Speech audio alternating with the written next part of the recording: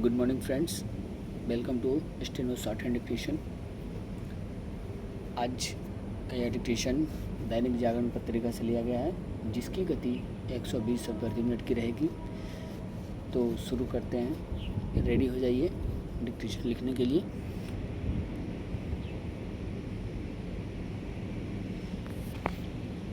Start.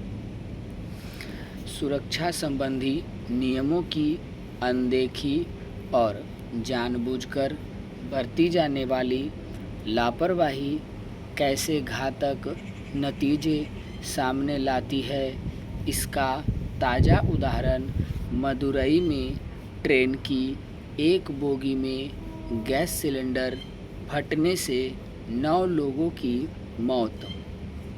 इस घटना में करीब 20 यात्री झुलस भी गए हैं। इस घटना से बचा जा सकता था यदि ट्रेन की बोगी में सिलेंडर ले जाने से रोका गया होता। समझना कठिन है कि रेलवे कर्मचारियों ने यात्रियों को सिलेंडर ले जाने से रोका क्यों नहीं, और वह भी तब जब यह स्पष्ट नियम है कि ट्रेन में ज्वलनशील पदार्थ लेकर चलना सख्त मना है।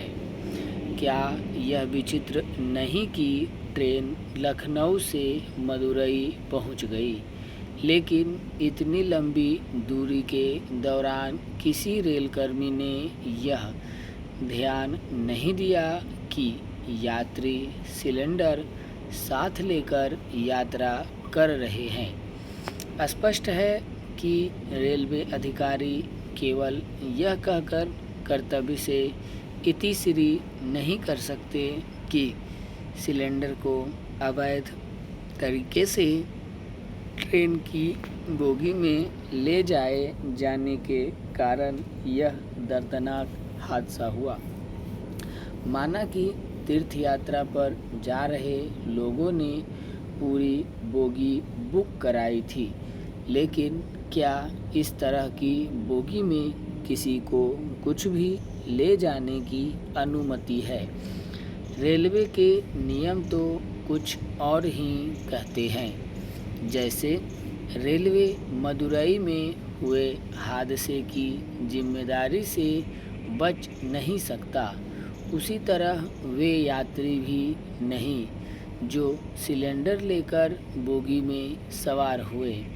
यह नहीं माना जा सकता कि यात्री इससे अवगत न हो कि ट्रेन में सिलेंडर लेकर चलना एक दंडनीय अपराध है। वास्तव में यह एक कटु सत्य है कि औसत भारतीय सुरक्षा नियमों की जानबूझकर अनदेखी करने और जोखिम उठाने का आदी हो गया है। केवल ट्रेनों में ही सुरक्षा नियमों का उल्लंघन नहीं किया जाता, यह काम सड़कों और यहाँ तक कि राजमार्गों पर भी किया जाता है, जहाँ तमाम दोपहिया वाहन चालक हेलमेट लगाना आवश्यक नहीं समझते, वहीं कार चला रहे अनेक लोग सीट बेल्ट नहीं लगाते। बात केवल इतनी ही नहीं है, लोग तय गति सीमा से अधिक रफ्तार से वाहन चलाते हैं। कई बार तो वे विपरीत दिशा में भी वाहन चलाने लग जाते हैं।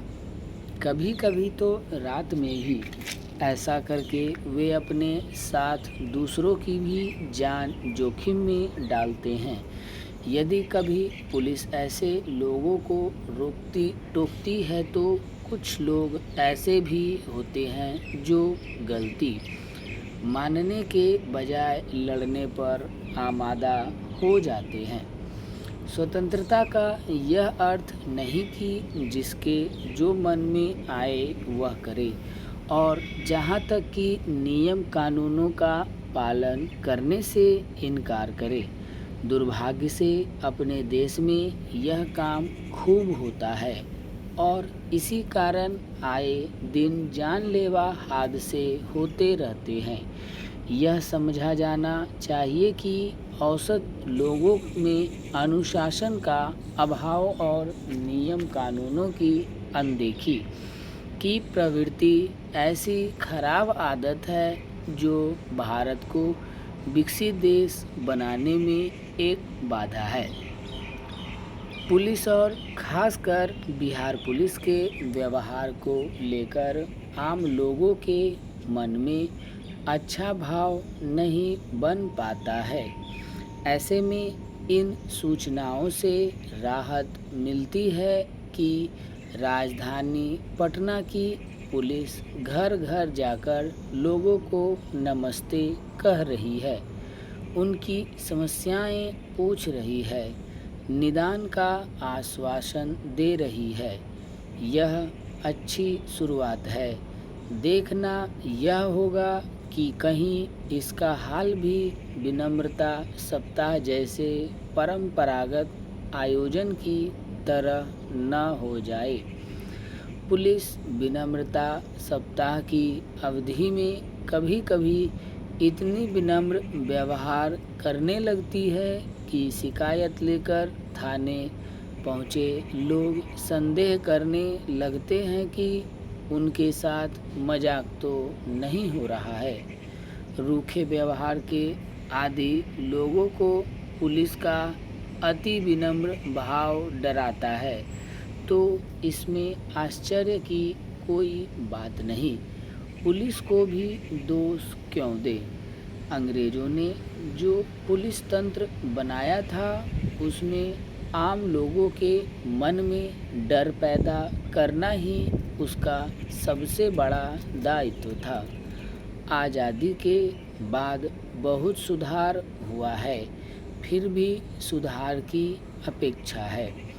पटना पुलिस का नया प्रयोग अगर सफल हुआ तो अपराध पर नियंत्रण पाने में भी सफलता मिल सकती है, क्योंकि लोग छोटी मोटी घटनाओं की सूचना पुलिस को नहीं देते हैं। इससे छोटे अपराध करने वालों का मनोबल बढ़ता है, वह बड़े अपराध को अंजाम देता है। पुलिस अपराध को रोकने का प्रयास कर रही है। वह नागरिकों से पूछ रही है कि उनके परिवेश में गैरकानूनी गतिविधियां तो नहीं हो रही है। तकनीक के विकास से भी अपराध रोकने में सुविधा मिल रही है। पुलिस ने बड़े मकान मालिकों से आग्रह किया है कि वह अपने घर के सीसीटीवी के कैमरे का रुख सड़क की तरफ भी रखें। पुलिस उस कैमरे से जुड़ी रहेगी। कोई गलत गतिविधि नज़र आएगी तो वहां पहुंच जाएगी। यह नहीं कह सकते हैं कि अपराध पर काबू ही नहीं पाया जा सकता है। पुलिस और जनता के बीच तालमेल हो तो नियोजित ढंग से होने वाले अपराध को रोका ही जा सकता है। इस समय तो यही कामना की जा सकती है कि पुलिस का नया प्रयोग सफल हो। तो चलिए आज का एडिटेशन समाप्त हुआ।